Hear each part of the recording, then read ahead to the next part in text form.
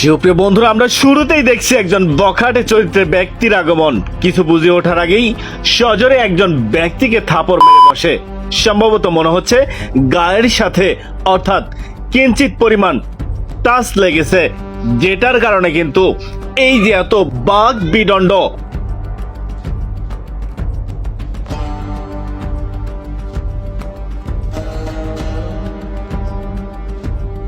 একটা পর্যায়ে সেলুন মালিক কাস্টমার সহ তাকে বোঝাতে গেলে আরেকজন নর সুন্দরের গায়ে হাত তোলে। ভাবা যায় কতটা কুরুচিহীন ব্যক্তিত্ব, যা কিনা নিম্নতায় মূর্খতার সামিল।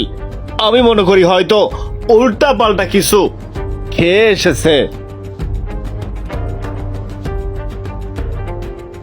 সুপ্রিয় বন্ধুরা, আমরা সবাই জেনে থাকি যে হেয়ার কাটিং করতে গেলে প্রথমেই আগে সিরিয়াল মেইনটেন করতে হয়।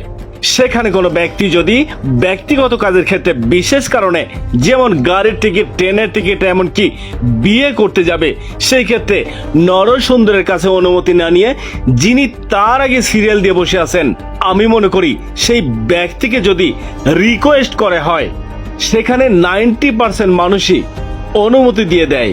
আর সেটাই হলো ফ্যামিলিগত শিক্ষা। কিন্তু এখনকার চিত্র পুরোটাই ভিন্ন। ফুটেজে থাকা বখাটে ব্যক্তি উড়ে এসে জুড়ে বসেছে, আর যার কারণে পাইকারি রেটে কেলানি খেতে যাচ্ছে। বন্ধুরা, আমরা দেখতে পাচ্ছি যারা সিরিয়াল দিয়ে বসেছিল তাদেরকে কিন্তু বের করে দেওয়া হলো। একটা পর্যায়ে নরসুন্দর উচিত কথা বলার কারণে আবার সেই বখাটের সজোরে তার গাল কষে চর মেরে দিল। ভাবা যায় কি পরিমাণ ডেট ফেল মাল খেলে এরকম আচরণ করতে পারে। আমি মনে করি রাশি চক্র অনুযায়ী আজকে ওর কপালে শনির দশা আছে। সুপ্রিয় বন্ধুরা, তারপর কি হবে বা কি হতে যাচ্ছে সেটা দেখতে ফুটেজটি না টেনে দেখতে থাকুন।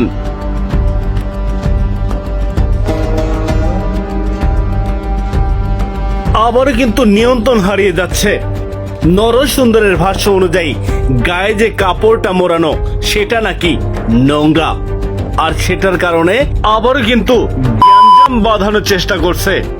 একটা পর্যায়ে এই কাপড়টা কিন্তু খুলে দেয় এবং অপর নরসুন্দর ব্যক্তি সেই বখাটে ব্যক্তিকে শান্ত করার চেষ্টা করেও কিন্তু ব্যর্থ। বন্ধুরা, হলুদ শার্ট পরিহিত ব্যক্তি তিনি কিন্তু এখান থেকে বের হয়ে যাচ্ছে, অর্থাৎ সে কাজ করবে না, কিন্তু দ্বিতীয় নরসুন্দর তাকে কিন্তু ফিরিয়ে আনার চেষ্টা করছে।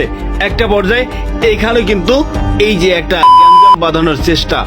তো একটা মানুষ কতটুকু করলে এমনটা করতে পারে আর কি ভাবা যায়। বন্ধুরা, অনেক সময় খেয়াল করবেন, আপনি যখন পাগলকে খেপাতে যাবেন তখন সেই পাগল নিয়ন্ত্রণ না থাকলে হাতের কাছে যা পাবে তা দিয়েই আঘাত করবে। আর অন্যদিকে এই বখাটে ব্যক্তি কোনো কারণ ছাড়াই এতটা মেন্টালিটি আচরণ করছে, তাতে বলা যায় তার শেষ চিকিৎসা ভ্যাকসিন।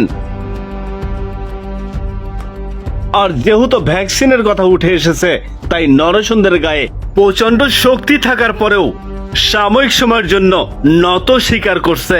তার কারণ তারা যদি অন্যায়ের প্রতিবাদ করতে যায় তাহলে এমনও হতে পারে তারা নিজেরাই ক্ষতিগ্রস্ত হবে। কারণ ওই যে বললাম, পাগলের সামনে যা পাবে তা দিয়েই আঘাত হানবে। মনে রাখবেন, সেলুনে যে বস্তু থাকে সেটা দিয়ে একটা মানুষকে পরপারে পাঠানো সম্ভব। যা হোক, সবুরে যখন মেয়া ফলে 10 মিলে যুক্তি বলে, শাটার নামিয়ে দেয়, এক পর্যায়ে সবাই মিলে কঠিন কেলানি দেয়।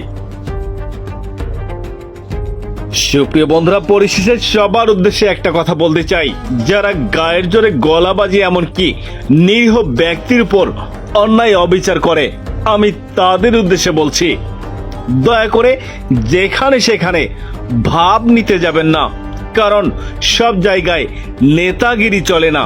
স্থান কাল না জানলে পরিণতি এমনটাই হওয়া স্বাভাবিক। এবার ঠেলা সামলাও, ঈদ কেমনে কাটবে।